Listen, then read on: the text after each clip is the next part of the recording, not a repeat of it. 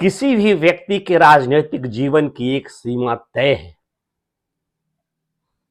और उसके बाद वह राजनीति से संन्यास ले लेता है। उसके परिवार में फिर राजनीति रहती है नहीं रहती है। नमस्कार, आज थोड़ी सी चर्चा इसी राजनीति पर कि सुषुप्त राजनीति को कैसे गर्मी दिखाकर उसको उत्तेजित किया जाता है। बिहार की ही बात करते हैं।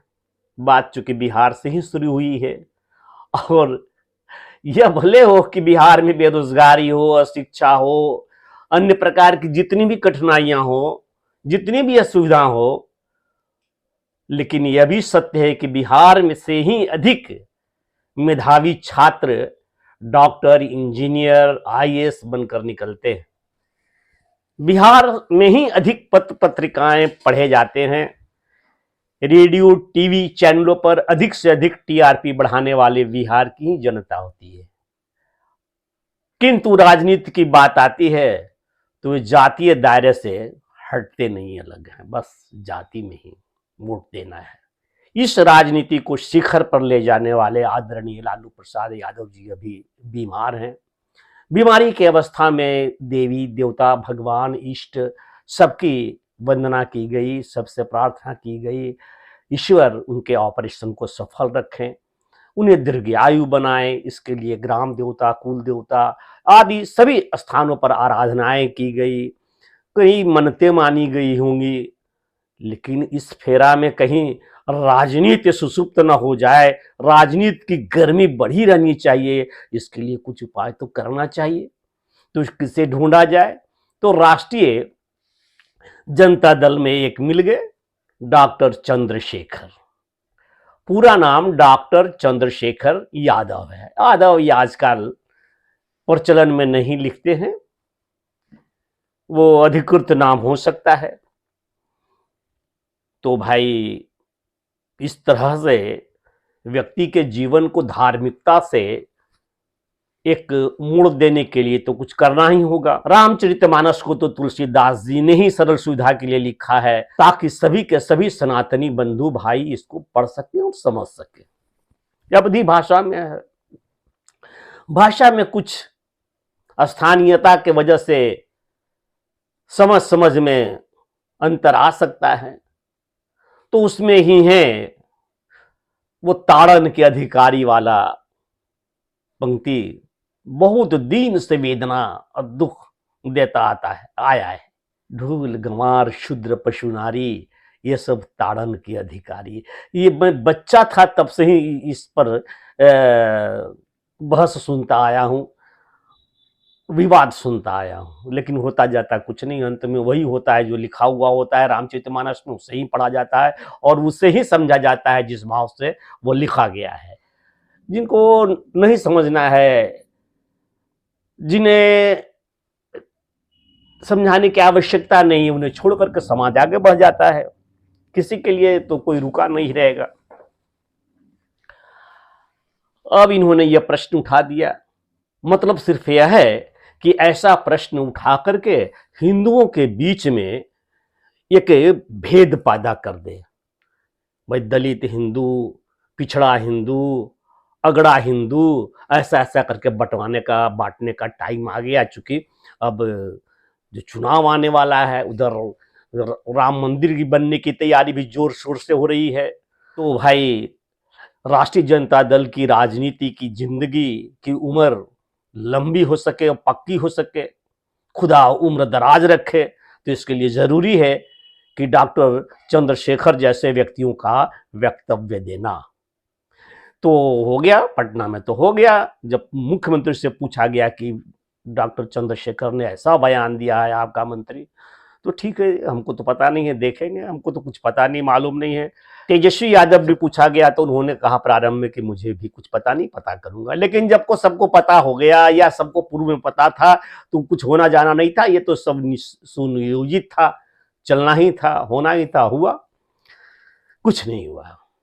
जो कायम है अपने बात पर, सब कुछ बराबर है। अब उत्तर प्रदेश में अखिलेश यादव का यह मानना सोचना है कि उनके पिताजी को 26 जनवरी के अवसर पर प्रधानमंत्री मोदी जी ने इतना सम्मान देकर सम्मानित कर दिया, तो उत्तर प्रदेश की राजनीति में हलचल हो तो कैसे? हलचल पैदा करने वाला हो तो कौन? बकरा ढूंढा गया।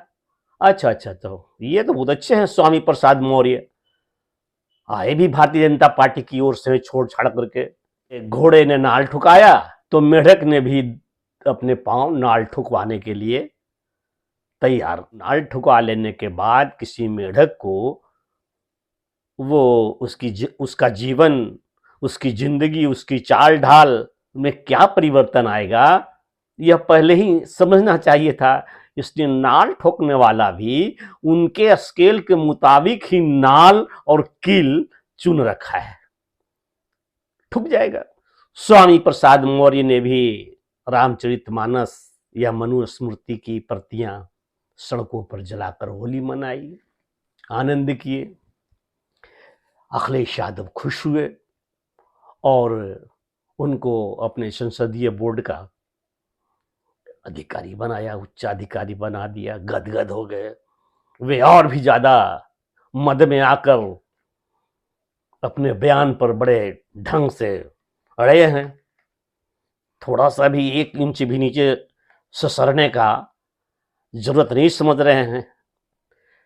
लेकिन एक चीज तो समझनी ही चाहिए थी स्वामी प्रसाद मौर्य को कि बिहार है जहां जातिवाद का प्रकोप है।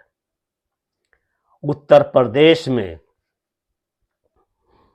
जातिवाद का वह असर नहीं है, बिल्कुल नहीं है। स्वामी प्रसाद मौर्य के लिए उचित व्यवस्था की जा रही है। उछलते थे आजम खान वहां, स्वामी प्रसाद मौर्य छूटने वाले नहीं है। इनके ऊपर उचित कार्रवाई की ही जानी है। जब आजम खान जैसे जैसे लोग और भी कई बड़े बड़े दिग्गज ऐंठबाज यूपी में नहीं बचे, तो योगी जी के आगे ये स्वामी प्रसाद मौर्य क्या है?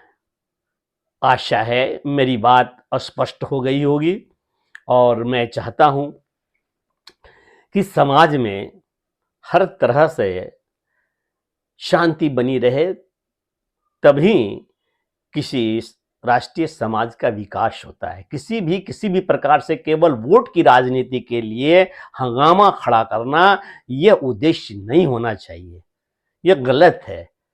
आप विचार कीजिए, कार्रवाई नहीं हुई बिहार में तब ना उत्तर प्रदेश में तो कार्रवाई होगी।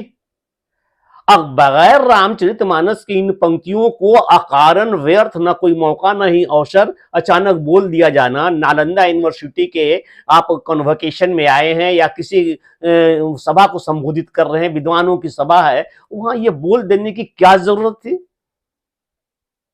डॉक्टर चंद्रशेखर यादव को? और इस अवसर का लाभ उठा करके निरर्थक उकसावे में आकर स्वामी मौर्य को इस प्रकार के स्टेटमेंट देकर और रामचरितमानस की प्रतियां जलाने का क्या उद्देश्य है? आप विचार करेंगे।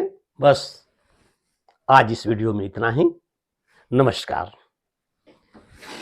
कृपया लाइक करेंगे, सब्सक्राइब भी कीजिए और हाँ, ये बेल आइकन भी दबा दीजिए